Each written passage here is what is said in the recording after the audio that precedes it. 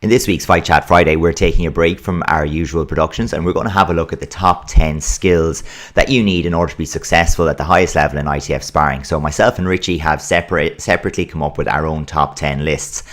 If you're curious as to what we think is the top 10, if you want to know what we value, where we agree and where we differ and why, this is definitely the episode for you.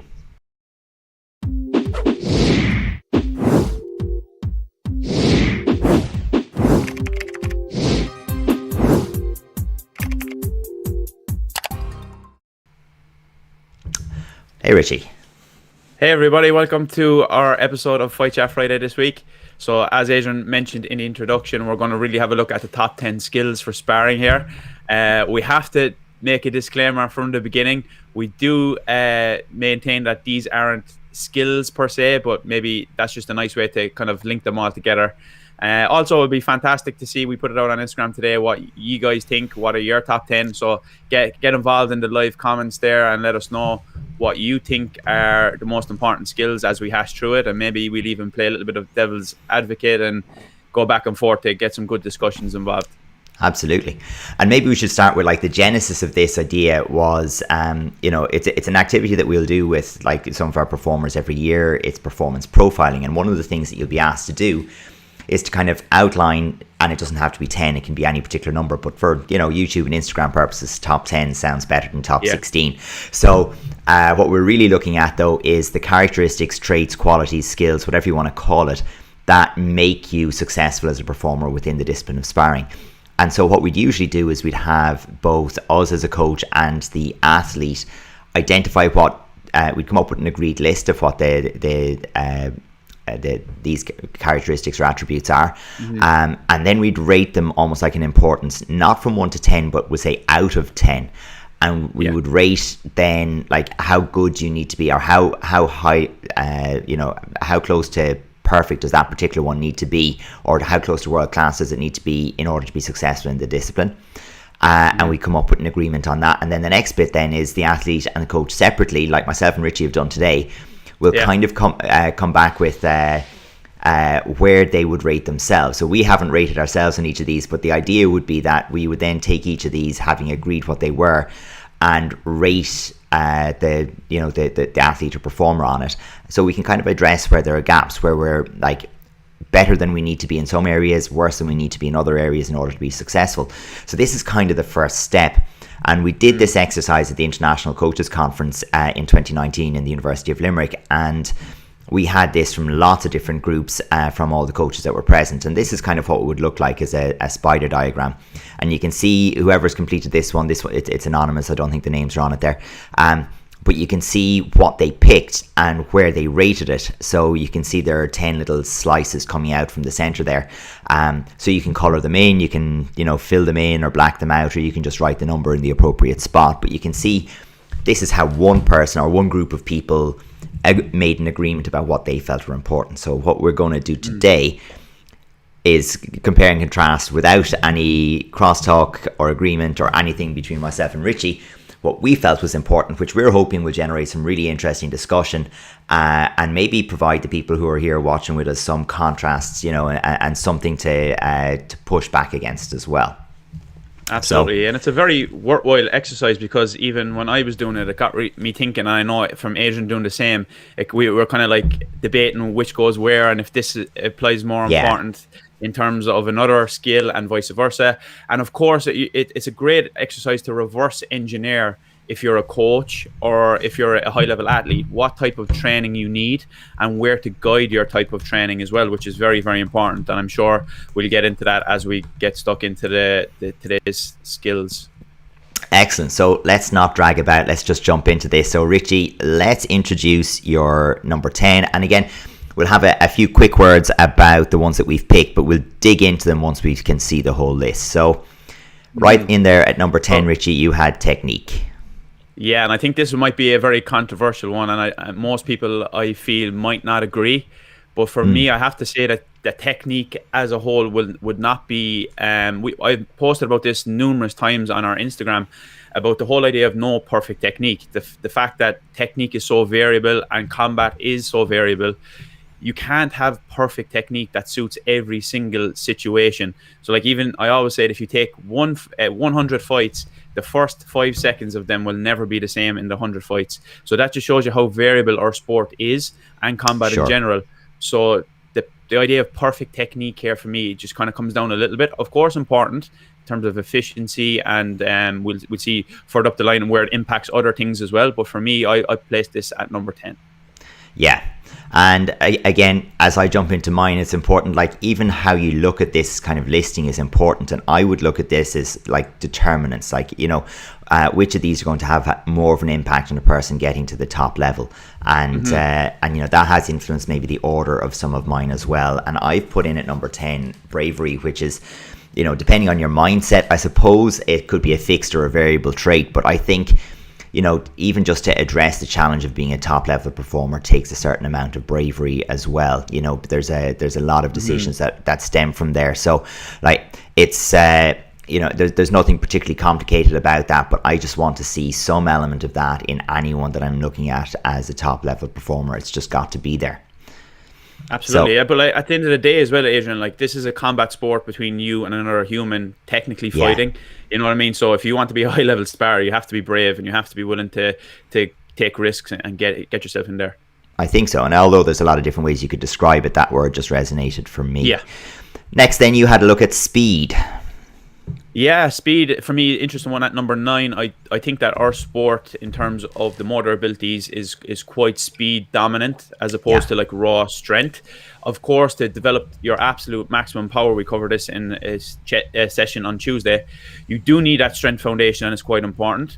But I do have speed at this position at number 9. I think if you want to be successful, you have to have that element of speed, and it kind of links in with like intensity and urgency and things like that as well. So I think it's a very important thing to be able to score and get moving again. It's a point scoring system that we're in, so it's more important here to be quick and get in, get out, and get your scores on the board, I think. Can't really fault that logic.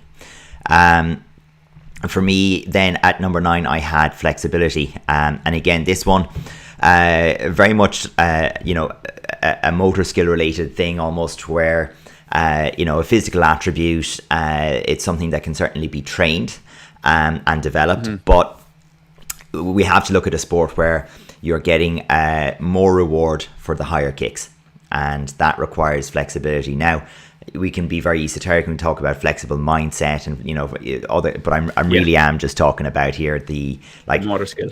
The motor skill. We're talking about the ability to kick high and to kick freely and get to those move 3 fluidly points and get those 3 pointers. And I think, you know, where someone hasn't got the physical capability to stretch and get that 3-pointer, or where it requires so much compromise in body position that there are giveaways, there are tells, there are shows, there are, you know, that you have to get quite contrived about how the score is going to come. I think it's a real challenge, and it does limit their overall ability. Not that they can't be successful at all, but it just makes it makes things a little bit more challenging. So I think that's just one that we can look in at. So carrying on, Richie's, there we go. Quite similar in placing, so I actually linked in kicking ability with that as well for that purpose, because you can be flexible, of course, but it's the ability to get those kicks off as well. So flexibility itself is kind of tied in with the ability to control that range and things like that as well, which is super important. So if you just have floppy legs, they call them like cheese string legs, where they just flap everywhere, sometimes that's not ideal and practical for sparring in ITF. You need to have that control to be able to put them on the target as well, which is very important.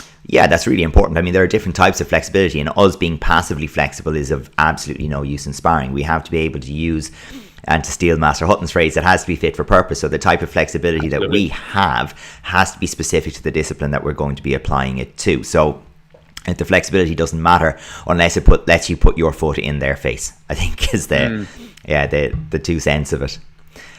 So I went up a little bit then and started looking at distance. And there's obviously, this is where I had quite a bit of debate around some of mine here in the middle, and it's the chicken and egg kind of thing. And, it's talking about the same kind of area of the match. That's really important. And I don't know necessarily which one of these I'd put in what order, but it doesn't really matter.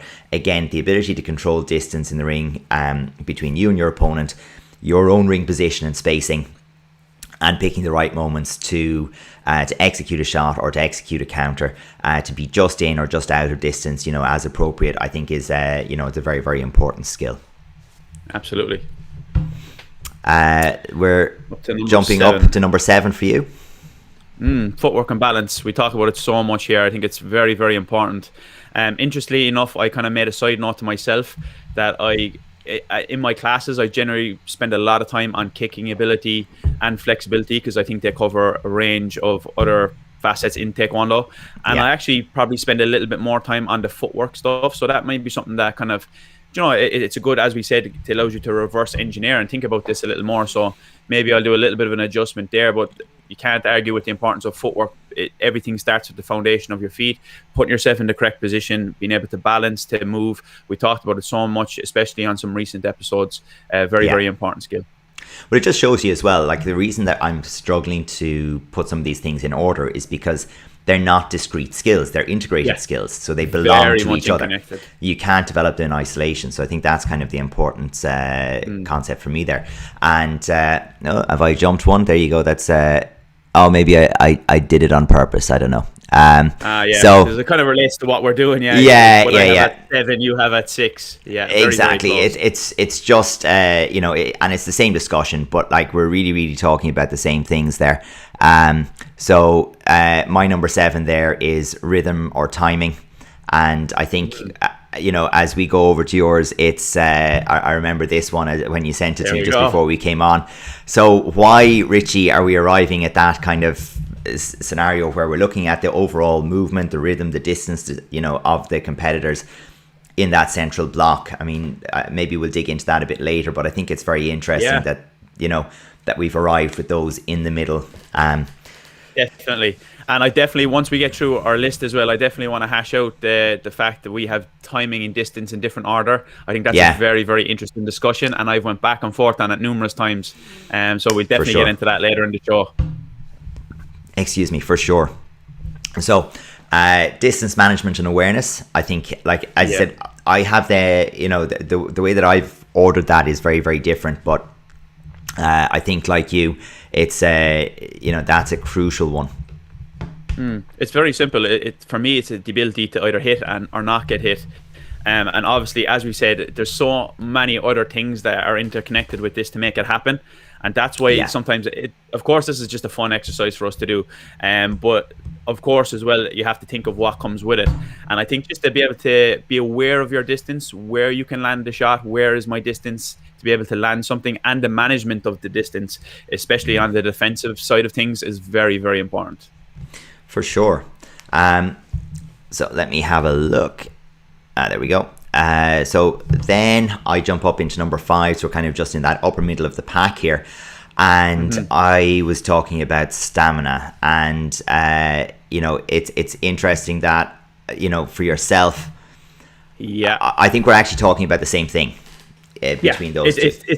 It's just the words really, and how you kind of articulate it is a bit different, but we're looking at the same thing. The endurance, really. Can you keep going throughout the round? Can you be able to get that explosive power throughout your round? It's really looking at endurance. No matter what word you put on it, it's the same type of thing we're talking about. Yeah, we're really talking about the energy systems and the ability to sustain energy production from whether it's the aerobic or the anaerobic energy systems. We're looking at that ability to sustain effort over time. And, I think, for me, I have a very clear picture in my head about why I let it slide up the chart like that ahead of some things that I think, I would definitely spend more of my time training some of the other things. If you know what I mean. Very true. I was the exact same. Yeah. But yet I value it and I look at it as a determinant and place it higher. As well, the context of this, Adrian, of the elite athlete and the very top level has a lot to play with this, because 90% of our students, for everybody here who's watching, who's an instructor or a coach, we're not dealing with elite level students. It's your everyday student who's a yellow belt, green belt, whatever. And that's not really going to be a massive focus. And you're going to try to draw from your regular training to build that energy system, even through just regular sparring, through your exercises and your general physical training. You're going to be trying to build on that. And then at the higher level, you're going to really need to take that to the next level. And I think like what we're talking about as well, even for our national level competitors, when they spar in country, a lot of the time, like Ireland we've got, a reasonable sized organization, but for most weight divisions, you don't have many matches at a national level event, and certainly not many matches where you're pushed.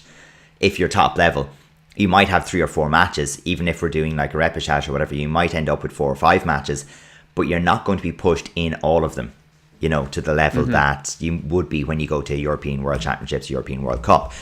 And so for that reason, I think as a determinant of the higher level of performance, that shift in the stamina then becomes important to us again.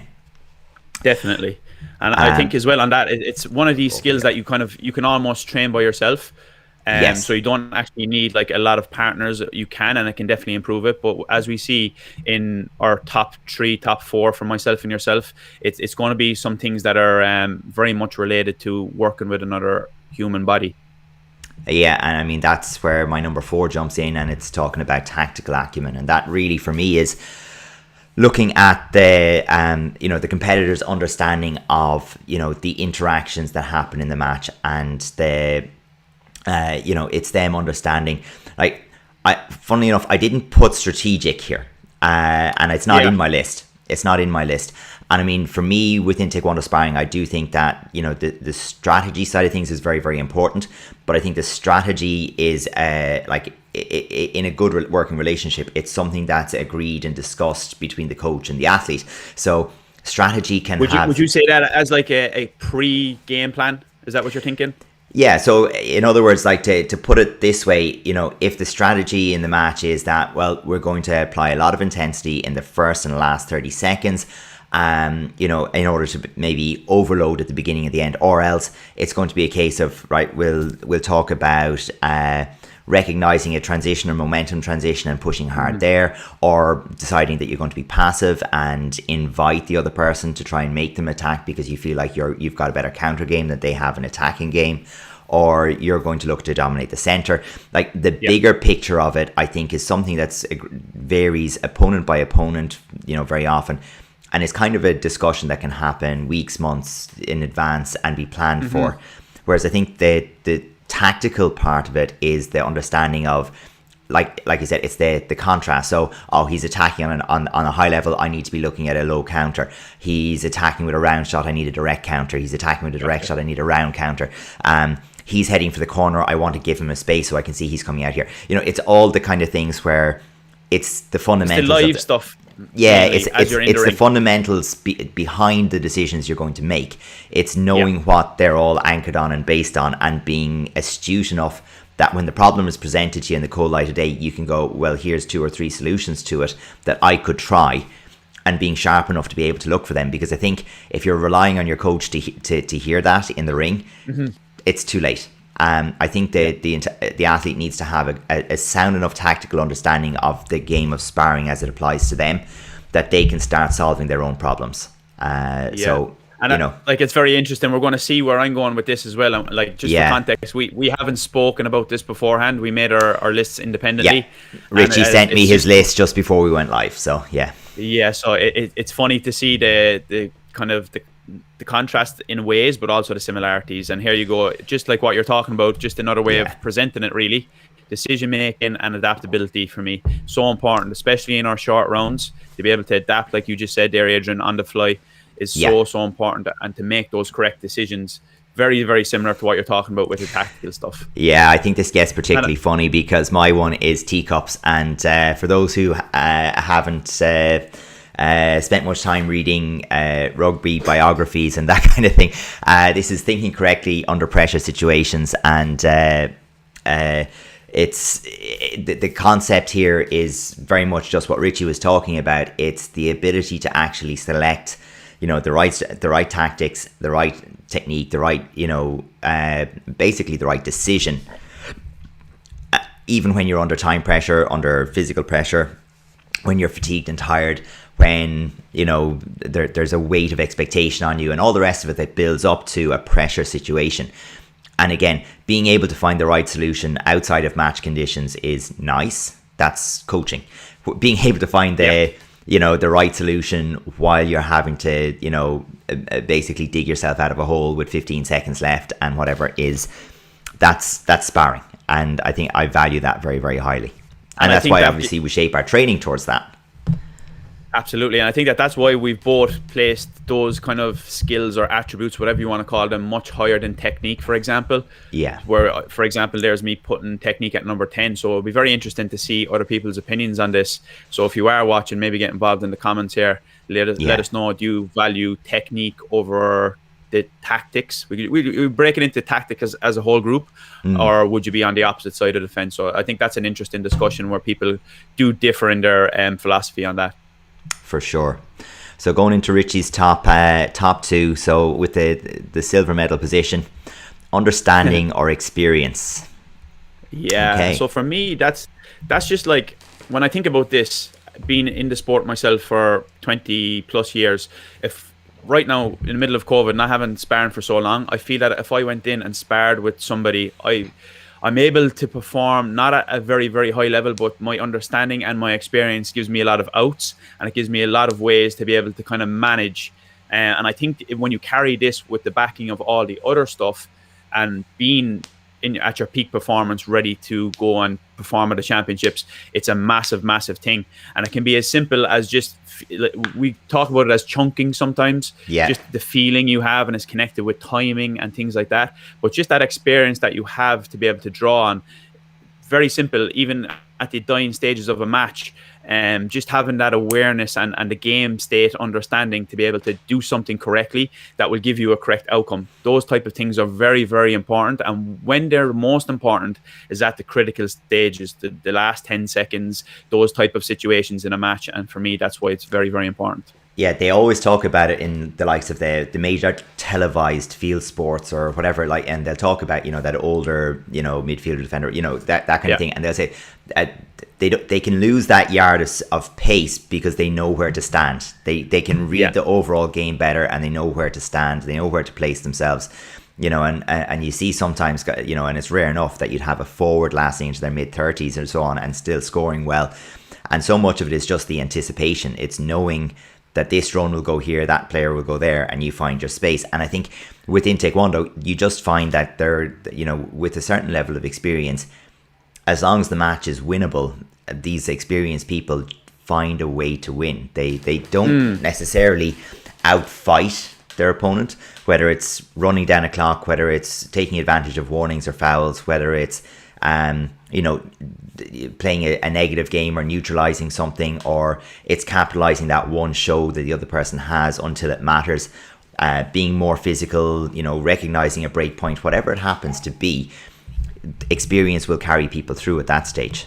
It's very important at the critical stages. Look at last week's guest, Hong Louis. Yeah. After winning the European Championships at 40 years of age, most people aren't doing that. If we look at the average age of people winning international championships, worlds and European right now, I would say it's generally average under 25. So to be able to do that at 40 years of age, it's that just critical decision points at the important moments that he's able to make based on his experience. And he talked about it last week's show. Go check it out if you haven't watched it. It's very, very important.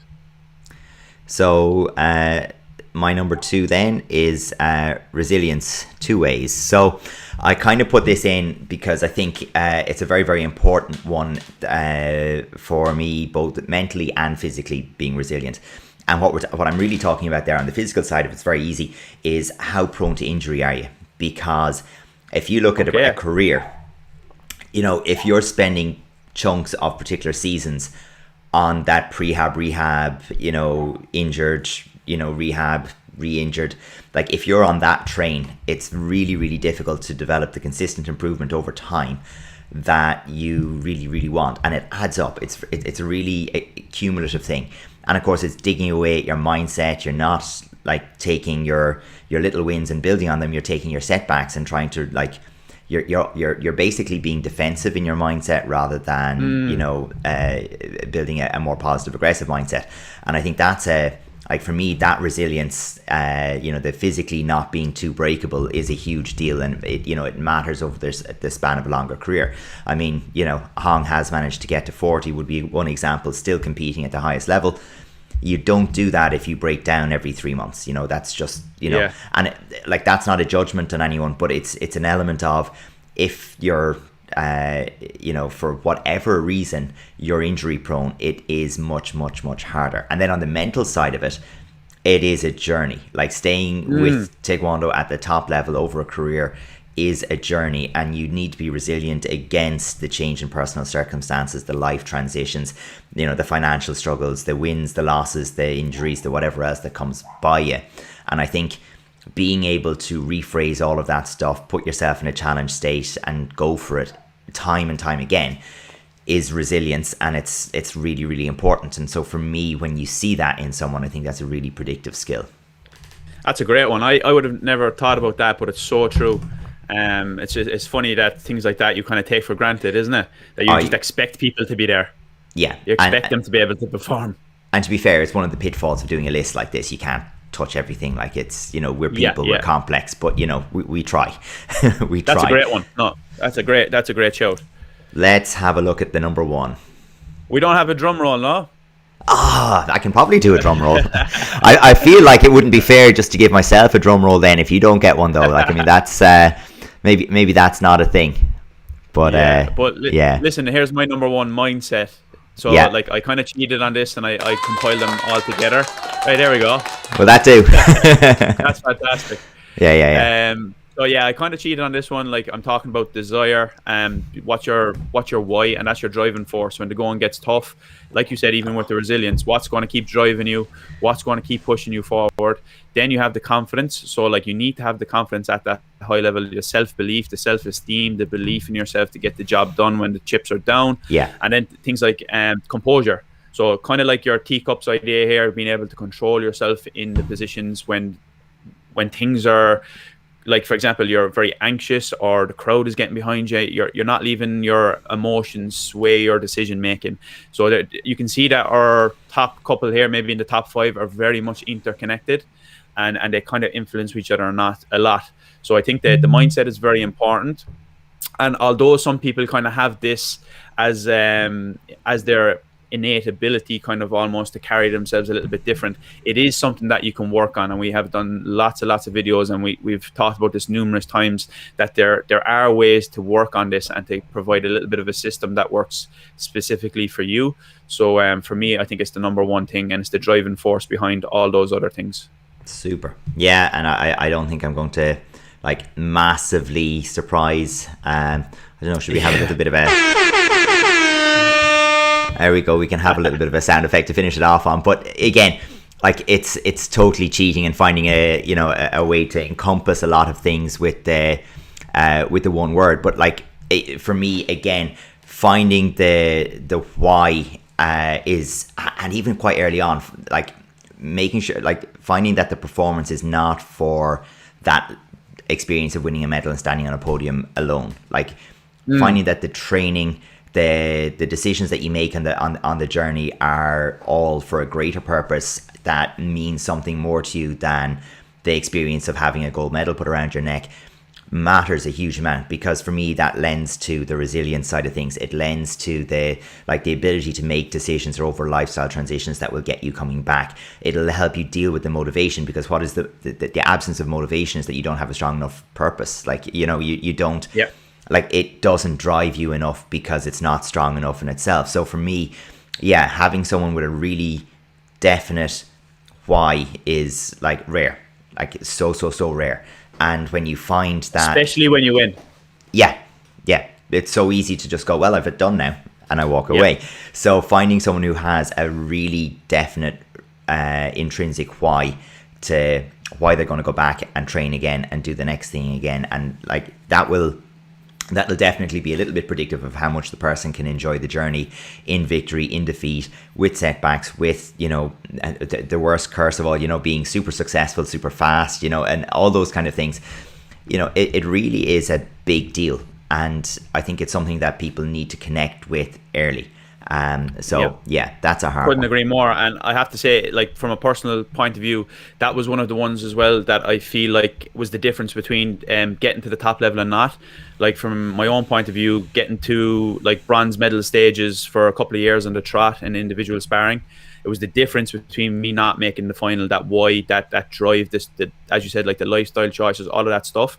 And when you sit back and you think about it, that is the purpose, and there's nothing wrong with that. Once you know what your why is, maybe you're doing it for a different reason to other people, but then you can't be disappointed when you don't get to the top step of the podium.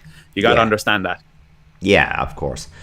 So like that does bring us to the end. We'll just have that quick recap of the lists, but as we're looking up through it, there's a little bit of a mix between what we consider almost like, traditional skills or sparring specific skills and, really overall life skills or personal skills that, or personal qualities, I think, that are kind of turning up as being important.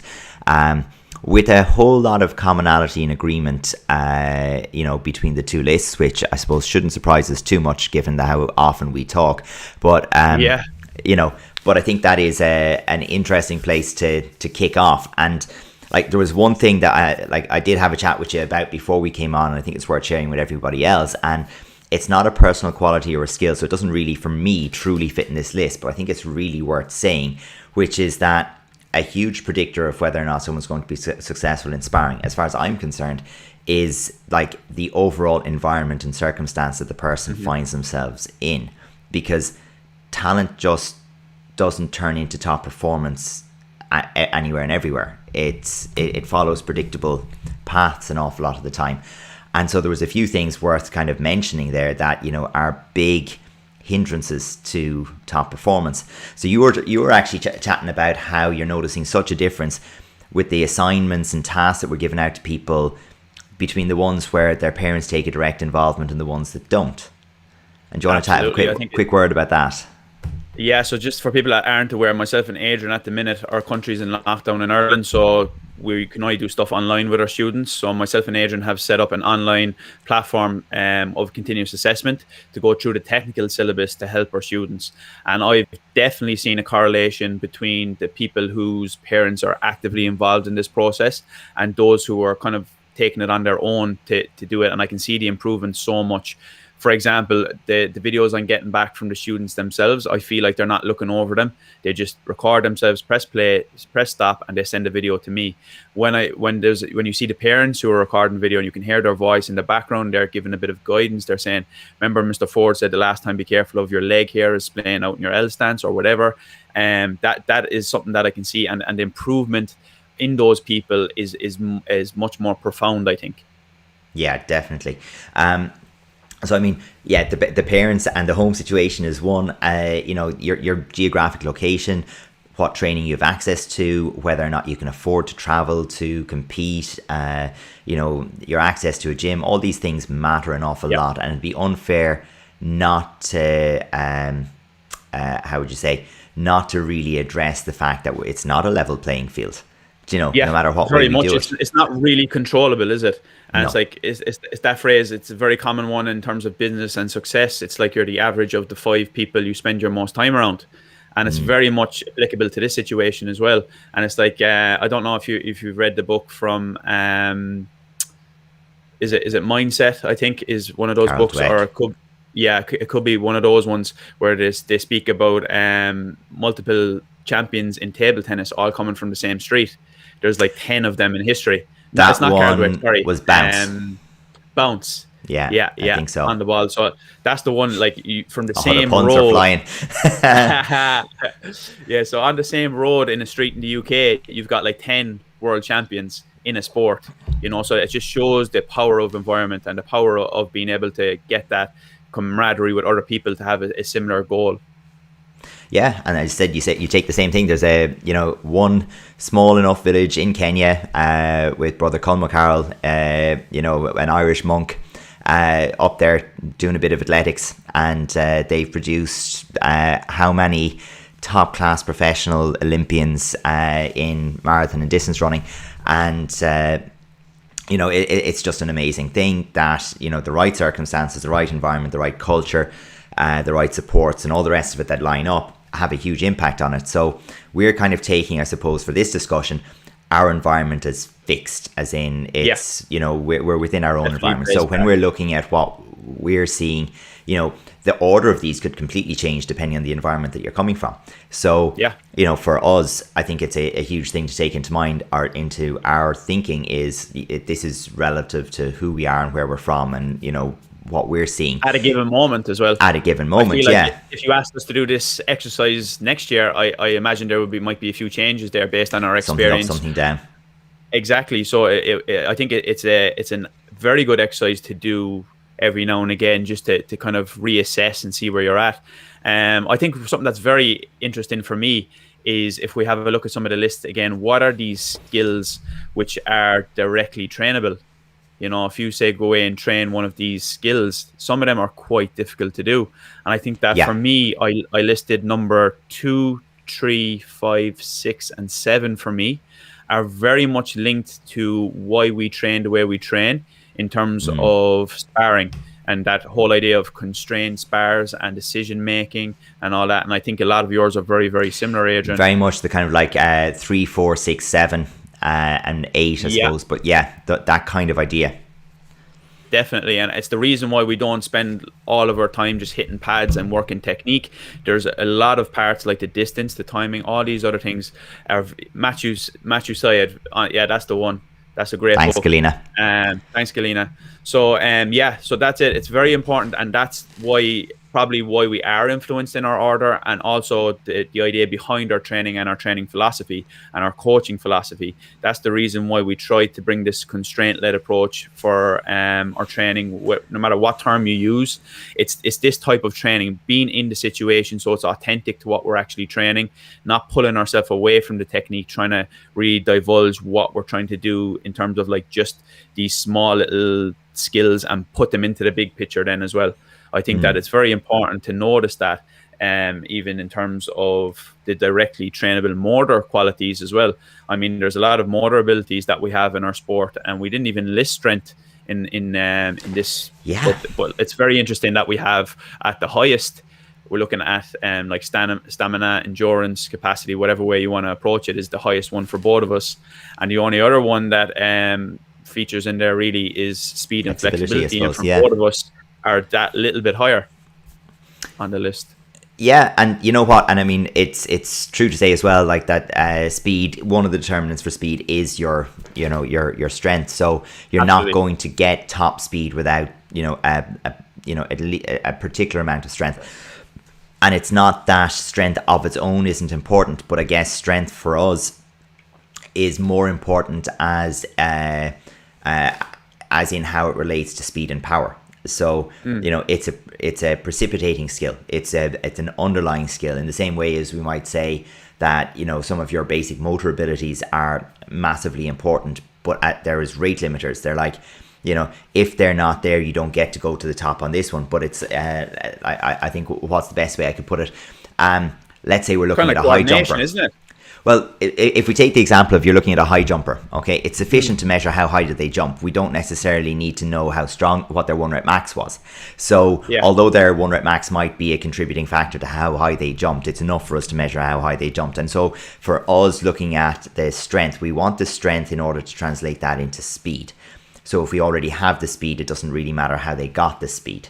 So that's kind of my way of looking at that one. It's not that strength is unimportant. It's just that it's important in as much as it allows us to develop speed and also resilience, because if you aren't strong enough, you will break down under the pressure. You need to be strong enough to not have your body fall apart on you. So there's an element of that too. There's a few like qualities that are, even from the flexibility point of view, if you're fighting against immobility or imbalances or things like that, you are going to break down more often. So the resilience does encompass some of those things as well, I think. But for me, what was profound was that there are two elements that we kind of agreed on as being, in terms of someone making a top class performer, more than their ability to do Taekwondo, was their ability almost to, and of course it's applied through that lens, but their ability to be mentally and psychologically of a particular mindset to facilitate top level performance, and then also able to act within the game intelligently, or almost instinctively, depending on which way you look at that. But I thought that's quite interesting, that the ability to make those decisions and to deal with everything that goes involved, or that makes up being a competitor at a high level, is almost more, for me, deterministic of whether a person's going to be successful or not. And I mean, I always throw this back to, I went in 2008, I think it was, and I did sat on a European white paper for the European Union, looking at, in my particular aspect of it, talent identification. And we had experts from a lot of countries who have full-time programs that, early talent identify, bring people into training camps, high performance camps. We're talking about, say, this took place in Ghent in Belgium, where they have a live-in school. So they prioritise sports. All the athletes are brought together at 13, 14 years of age. They go to secondary school there. They do all their training on a daily basis. They visit their parents at the weekend, and then they come back in again the Sunday evening. But they do their, unless they're competing. So, and they have their doctors are on site, their physios are on site, and all the rest of it. And what we concluded at the end of looking at an awful lot of these is that while there's a lot to be said about having a system that develops talent, the early indications and markers of talent are not really that easy to do. There's no physical tests you can do that identify talent, and that what shows as talent early on is transient and it isn't deterministic of the future. So the things that especially in our sport as well, I feel like compared to like gymnastics and sports like that, would you agree that it's more of a long-winded thing? Not long-winded, that's probably the wrong term to use. It's a long-term thing. But like the phrase that I find myself coming back to more with my athletes these last couple of years than I ever had before is that the biggest determinant of whether or not you'll be a senior world champion is, do you turn senior? And it sounds so like whatever. But like, if you're not still in the sport at over 18 years of age, you're not going to be a senior world champion. And, it's also true, like, you probably won't do it in your first 2 or 3 years. So maybe you have to get to 24, 25, 26, as a senior who's got 15 years of competing behind you in order to become that senior world champion. So the longevity of it, the ability to apply yourself to the process for 10 years in a row or something along those lines, on a higher competitive level, like, that's really a huge thing. And you don't identify that set of unique circumstances that bring someone there when they're 10. Like, it's just not something that you do. Environment, like we said earlier, whether someone goes to college, whether they don't go to college, whether they get married, have children, whatever, all these things have a big impact on people's senior career. And that's what we're talking about here in terms of this this activity. We're looking at the elite, high level, senior level. So it's very, very, very interesting to see that. And that, for me, is not to insult anyone with a junior title. You have done the absolute peak of what was asked of you at that time. You have beaten everybody who stepped up in front of you, and you've earned your title. It's a massive achievement. It is still different to do it as a senior. And I in some ways, but like, I mean, I can't say that. I didn't compete as a junior. Like, it just wasn't a thing at all. But like, I've had people competing at junior, at senior, and winning at both. But the difference, there is a difference over time. And some of the difference has nothing to do with the quality of the competitors you're against. It's the fact that when you get to senior, you have so many other challenges potentially that you have to overcome to go to the championships year on year and compete and be at the top. The divisions will be big and all the rest of it, but you have to also negotiate whether it's school, work, family, financial stress. Like, generally speaking, when you turn senior, you're not in the best financial situation you're going to be in your life. You're accruing debt for going to college, possibly. You're trying to get your first car and being, absolutely taken to the cleaners for insurance. You're doing all these kind of things. Yeah. And also, please don't go on any holidays. We need you throughout the summer because you're going to be training for the European Championships or the World Championships. So it's a big ask for people. Yeah. So doing that, not once, but multiple times in order to get to where you're in a position to win if you don't pick it up in your first year. And some people do. But like, that's a whole thing. And so for me, that's where the mindset, that's where the ability to continue to gain that experience that you were talking about, like, it's critical. Like, I mean, you don't gain that experience watching the game from the sidelines. Or confidence. or the confidence of it. Yeah, absolutely. The confidence and the mindset of it, you have to put yourself in that situation. And like, I created a little bit of we did a project on the mindset stuff before, and I created this little formula of, you need to be able to put yourself courageously in situations continuously over a long period of time to get the confidence. You have to put yourself in those deep ends to put yourself out of the comfort zone to be able to gain that confidence, and it only comes through the action, like you're saying, which takes time.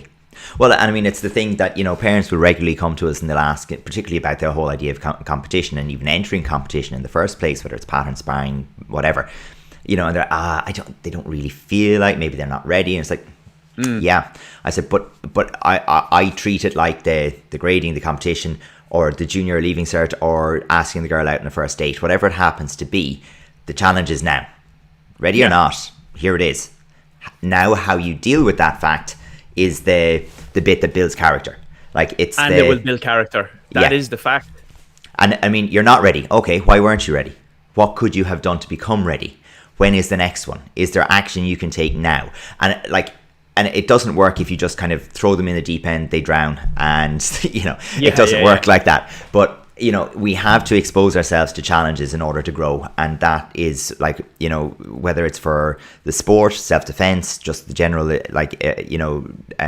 growth of the person in life. If we don't have challenges in our life and we recede from the challenges, we eventually just back ourselves into a corner where we don't want to engage with the world.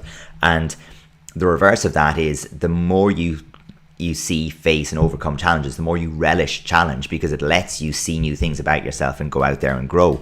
And that's, wouldn't you want to gift that to somebody? And I think that's where most of the time as well, Adrian, we only see the success of the people at these high level. We haven't seen the things they have to go through to get there, and the suffering and the hardship and the training and all this stuff. You only see the limelight and the highlights, the Instagram feed. The Instagram feed is the perfect analogy for it, actually. Yeah, I said nobody puts their bad news on Instagram. That's for Facebook. But it is that thing. I just want to pop up here, actually, because Galina had mentioned, and this is just a book that is now going on my read next list. So the author of Bounce, Matthew Syed, has a very good book for kids on how to be awesome. So that's a great title. Okay. Now, B, I mean, I know a lot of these books, the likes of Matthew Syed, the Malcolm Gladwell's, the so on, like it's pop psychology almost. It's looking at things that have happened and putting a spin on it that is entertaining, novel. It's talking about correlation rather than causation and all that kind of thing. But at the same time, what do you want to do but inspire your kids? So if you can give that to a teenager, and what you get out of it is the inspiration that, hey, if it can happen for this person, or if we can, then I can do that. I need to apply myself in the correct way, and that's brilliant. And I don't know for people generally, but like, I read a lot, but I won't read a book in full unless I think there's something in the book that's for me. I just don't want to put the time into it. So quick tip for everybody there, have a look at whether it's Blinkist or short reads, or there's a whole range of things out there that will give you the kind of the high level summary of a book, or the concepts behind it that are in a book. And it's the second best thing to talking to someone who's already read the book. But for me, it's massive, and it's worth the time saver. Or for me, I'll take a recommendation from a podcaster or someone like that I like, that I trust, that I have some engagement with or connection to. So it's like, if Richie tells me, hey, I read this was really, really good, I enjoyed it, I've started to implement one or two things, or Paul King the same, or Stephen Ryan, or whoever it is, if it was good enough for them, I'll pick it up and give it a read. That's my way of looking at it. Just on that as well, a little tip from my point of view before we get too deep into the book side. What I like to do is actually download the sample on Kindle and read through the ebook on my phone, and I'll know probably by the time I get to the end of the introduction whether I'm going to enjoy this or not. If I do, I go ahead and buy the physical copy, because I actually like physical books more than the ebooks. So that's usually what I do. You can tell pretty much off the introduction if you're going to enjoy it or not, and if it's something for you. Yeah, and that's a huge thing for me, because unfortunately, compared to business or psychology or mindset, are the kind of things that are of interest to us in sport, maybe they don't make it into those kind of summarizing things. But Yeah, it's for me. That's where the podcasts, and the recommendations from a friend are a big thing, and so it's something actually as well with the ITF Coaches Committee that we're looking to put out once a week, is to have a weekly recommendation, whether it's a YouTube video, a podcast, a book, a journal article, or whatever it happens to be, but just to so if you do have great ideas, send them to us as well. So I will definitely be picking up on that one, Galina, and having a look through it. So absolutely. Just before, I want to touch on the whole idea of timing and distance, but before we do, anybody who's watching, guys, please go and check out that page that Adrian is working with, the ITF Coaches Committee, so the ITF Taekwondo Federation. We're looking, there's a coaches committee here that are trying to push the sport forward and really support coaches. So get involved there on Instagram. They're putting up some great tips. I think there's 10 tips for, it's kind of like this video here, actually, 10 skills for by accident, sparring athlete. At the moment, Adrian and the guys there are looking at the 10 skills you need to be a coach. So go check that out if you are a coach, especially in ITF. So right, let's get stuck into that. I'm interested in this timing and distance chat. So I placed timing/rhythm at 6, and I have distance a little higher up at 5. Obviously very, very close. And on Adrian's side, we have Adrian placed in timing and rhythm. Actually, funnily enough, timing and rhythm are linked together in borders without having that discussion at 7 and 8. So they're one spot between each one, a little bit higher on Adrian's list. But I do want to touch on that because it is something that I went back and forward on. What's your take on that, Adrian? Yeah, and it's because they're intrinsically linked that makes it so hard. Like you can't have good distance and bad footwork. That's just not a thing that it's not possible. You can't have speed with bad footwork, or these are things that are kind of like at the top end. So like when we had that chat about technique, it's not that technique's unimportant, but technique is realized by one of these higher order skills. So it's like, technique doesn't involve the thinking. So in terms of higher order, I'm addressing it in terms of our list, but also the level of thinking and understanding that's required. So to copy a technical model and be technically accurate is one thing. To apply that as a skill within sparring with the appropriate footwork, distance, timing, the correct tactical situation against the right opponent, and all the rest of it, that's a higher order thing. So that's where we're looking at those. I'm thinking that in terms of like the distance and the rhythm, the timing, like rhythm and timing, I felt like I have to put these together because so much of what you'll do to set the timing, to upset a person's timing, on that rhythm, is based on setting a rhythm and breaking it. So for me, that's why they had to wedge together. As to which one is more important, the distance or the rhythm timing, like one is manipulated by the other a little bit, isn't it? I mean, your rhythm basically allows you to play with distance as well with your movement in and out. But yeah, I could have swapped them endlessly. They're just like that whole thing. That's links kind of together. why I cheated on the distance as well, and I said distance management and awareness, and that's why. It's because for me, when you're able to manage the distance, I think defensively you're in a much better place, and I think that you can technically not concede any shots in a bout if you can correctly manage the distance and be aware of it. Whereas with timing, I don't think timing and rhythm necessarily are going to get you through a bout unscathed in a way. Now, you can argue that back and forth, but I think that distance then slightly just edges that because of that. Of course, they're definitely interconnected, as you said, but I think that timing alone, I think if you just had very, very good timing and you took both of these skills apart, that wouldn't guarantee you being defensively keeping a clean sheet. Whereas on the flip side of it, the distance, I feel that like you could, while that also is very important on the attacking side. Both of them are very important on the attacking side, especially countering for timing, especially. But I think the distance, because of that point, just edges it for me. Yeah, I think it's really interesting because it is. Again, it's looking at taking a little step beyond. Is a sidekick important to have in sparring? Well, it's handy, but. Yeah. A good textbook execution of a side kick, but without the rhythm, the balance, the control of distance, the situational awareness, etc., it's irrelevant. It might as well not exist. And it's a little bit like what sometimes we'd say to people, it's like, when you watch someone pick up a side kick, you have to almost in a sparring mindset say, yeah, but is it a side kick? Because the fact that the leg lifts in front of them and comes vaguely in a sideways fashion towards you doesn't make it a side kick. So, and that, leads to, well, can I check it on the shin? Can I, check it at the heel? Can I slip to open or blindside easily? Do I need to, can I just blitz straight through? Like, does this stop me if I go? And all of these things become relevant. And I think that's where, like that, you can get away with an awful lot in terms of your variety of technique if you have rhythm, timing, and distance.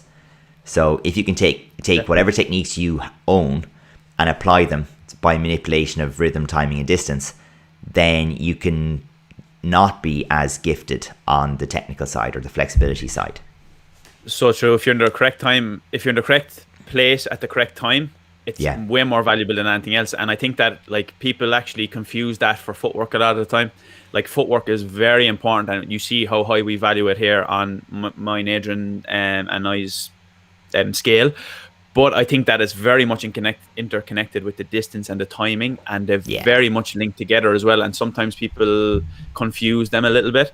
So yeah, it's a very interesting discussion, and that's the whole point of this as well today. This video is just a bit of fun, bit of discussion, and a bit of back and forth there. And I think that for me, it's a great exercise because it just kind of helps you to reverse engineer your program and your classes moving forward. As we said, they're very, very much interconnected, and it's good to see that the almost those skills at the top for us there are very much almost mindset orientated, and that decision making is very, very important for us in sparring. What we might do actually for people, and just for so they can get involved with this, have a bit of fun with it, is maybe put out an Excel version of the profiling sheet, so they can put in their skills, rate them from 1 to whatever, and or 1 to 10, and see what their diagram looks like. I think it's an interesting thing to do, and certainly if you're involved in coaching, to do it with your athletes. But definitely, and get involved in the comments there as well, guys. Let us know what your top 10 are. We put it up on, if you check our Instagram story, there's a bit of a template there to put your own in as well. If you want to just send it to us, tag us on Instagram stories or whatever. Just a bit of fun to see where we're at with people, and get in the comments if you want to get a bit of discussion going with people as well. It'd be very interesting to see, because I don't think a majority, I don't think any two people are going to have the same top 10.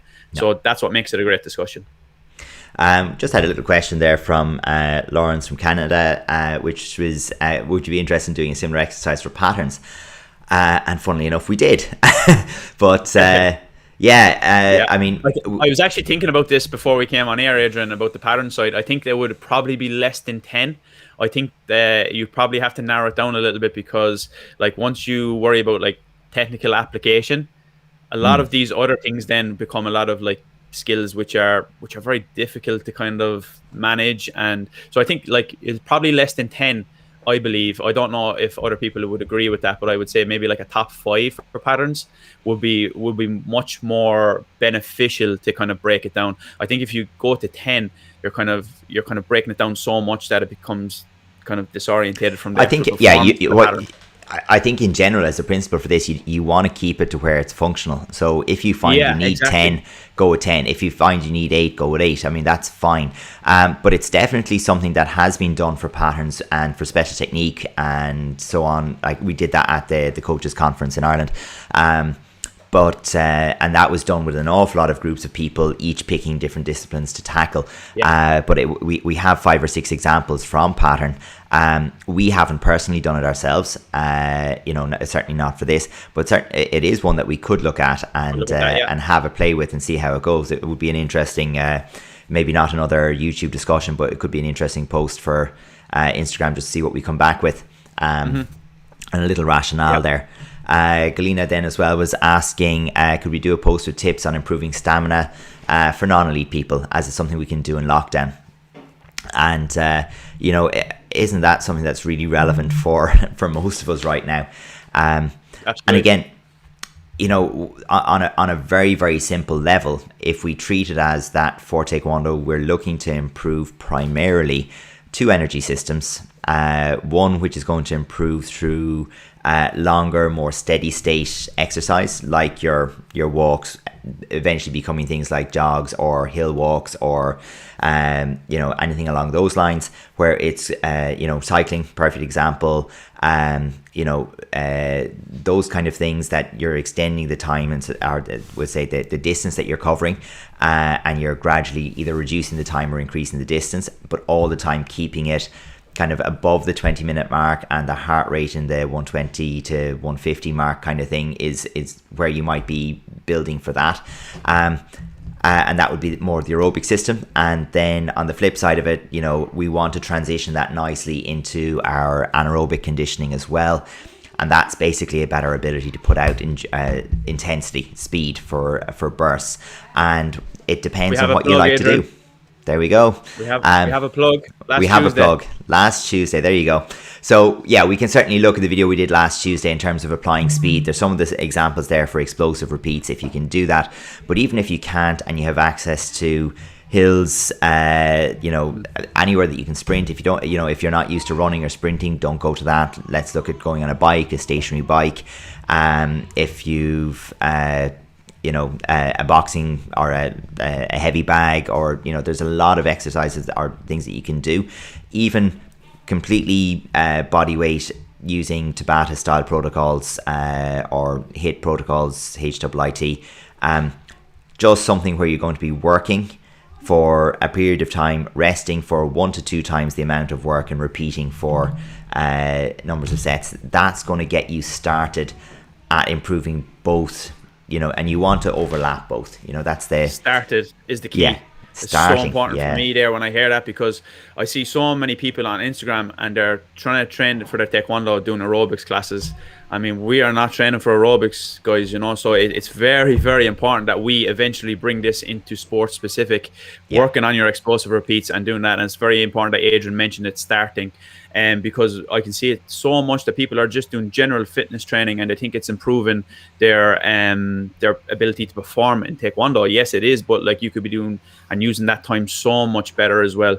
If you go away and just do like high intensity stuff for your whole session, and you think, okay, I'm preparing for championships or whatever, or tournament. Yeah, but you need the skills as well, and we see the amount of skills here. This is a great example on our top 10 list. That the cardio is important, and it definitely sets the tone for everything else, but we also need the other stuff, so that there is a point of like diminishing marginal returns on that as well, and also getting the balance of doing it correctly. You don't want to just turn into somebody who's doing just general fitness stuff. We need to link it up as well. Yeah, for sure. So I think that has us more or less at the end of the questions, but we just had a couple of comments in there as well from a few of our regulars. So Connor scores a score, I guess, so the technique doesn't matter too much. And again, he's got a good coach, that guy. I wonder who that could be. But I do think that the element there with the technique is that, it's not that technique is irrelevant. It's that for us, when we're looking at the higher order of it, technique has to evolve into skill. So through its application, and that's really what we're looking at. And what we're saying is that the exact specific angles, degrees, distances like we'd be used to from Taekwondo pattern don't apply to the same degree in your Taekwondo sparring, simply because, as they say, a score is a score. So if it gets there, if it's effective, it doesn't matter if there's no extra score for having the knee higher or reaching a 90-degree angle or whatever it happens to be, for demonstrating the blade of the foot versus the heel. That's not going to matter to us. But again, technique progresses to skill, and the skill is what we want to see. But that's also why a lot of people gravitate towards sparring, because like performance in pattern is a performance, and it needs to look a certain way, and it needs to hit a certain criteria, whereas sparring is a little bit more open to everybody because of that. If you land a shot on somebody, you land a shot, you get the score. Simple as. It doesn't matter whether you're naturally a very coordinated person or like that, whereas patterns, it might lean a bit more towards that, especially at the highest level. Yeah. Mike Flynn, decision making under pressure and adaptability, top of the list, particularly for the older athlete where other skills are limited. And you see, there you go, Mike. That's the whole thing, though. It has to adapt, and that's why if you're doing this as a coach, you're working out what's important with reference to the athlete, because there are certain things that they're never going to, like, especially if you're starting as someone who's a veteran athlete who's going to be competing in the over 45s of the World Cup, as a blue belt. the list is completely different to someone who's 20 years of age competing in the black belt division at the same tournament. And it's because the things that are going to make you successful at that stage are different, but also the quantity. So if we were to talk about speed on a 1 to 10 scale, and your speed needs to be a 10 to be a top level athlete at the, or we say make it realistic, it needs to be at least an 8 to be successful in the 1835s. Well, maybe it needs to be at least a 6 in the over 46s. So the absolute speed doesn't need to be as good as it was when you were 20. It just needs to be a little bit better than a 46-year-old guy is expected to be, for example. And, and therefore some of the other things change. So, I think that's absolutely great. And in a similar vein from Brendan, managing energy expenditure is a big one for him, keeping an eye on the next round. Yeah.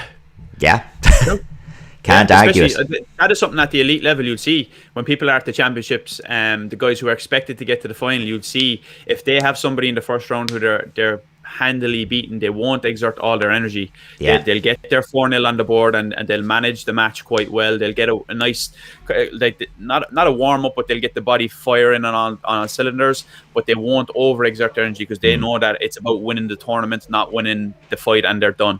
So that is a great point as well at the highest level. Yeah, and they'll push in bursts to make sure the other person stays beaten and knows they're beaten, and that if you change your mind, you decide to go for them, that it's going to suck for you for a while. So it is an energy management thing. We have a question then as well. Emily Martilla, is hitting a bag likely a good way to train the aerobic system? So the big thing that we're looking for is the continuity, the more steady state of the exercise.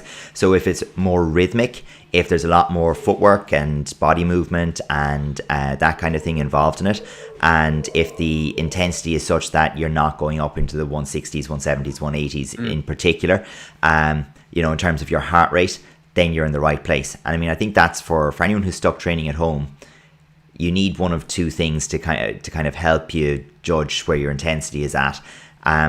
One is the Borg scale, which is the rate of perceived exertion. So on a scale of 1 to 10, where a 10 is hospitalize me, I'm done, and a 1 is did I just wake up, I feel great. You want to have your intensities in there to where our 8, 9, 10s are the high intensity stuff, particularly up towards the 9s and 10s. And the 5, 6s are where we want to live for most of the aerobic stuff. Alternatively, you get a heart rate monitor or a fitness watch of some description, or one of those, and you keep an eye on it. And just for anyone who's looking at their Fitbits and all the rest of it, they're good. They're just not great for Taekwondo, because unfortunately for a lot of what we do, once the pads are on, they're not reading your heart rate very well. They read it when you come back to rest, whereas a body strap is a much better option, I think. Yeah. And I think that right now at the moment, using a bag in that kind of a way is one of the best ways we can train. It's one of the ways we would suggest using a bag. And we've done a video on this before. Type it into the search bar, heavy bag training, TKD Coach Academy, and you can see the 5 ways that we believe are the correct way to use a heavy bag, not just to spend all your time training on it. But of course, definitely one good thing that we can do now. So thanks everybody for tuning in. I hope you enjoyed it. It was a fun one for us. If you do have suggestions on some other top 10s or rankings or whatever, I think it would be fun to do. So get the suggestions in. We're back to our guests again next week. We have a very special guest next week lined up. So keep an eye on our social media for that. It's somebody who's been at the top level, both European and world in sparring. So be sure to check that out next week. Subscribe to the channel if you don't want to miss it. We're back again on Tuesday with a live session. It's all here at TKD Coach Academy. So make sure to hit that like button of this video. Subscribe not to miss anything. And we'll catch you in the next one. Bye, everyone. Enjoy your weekend.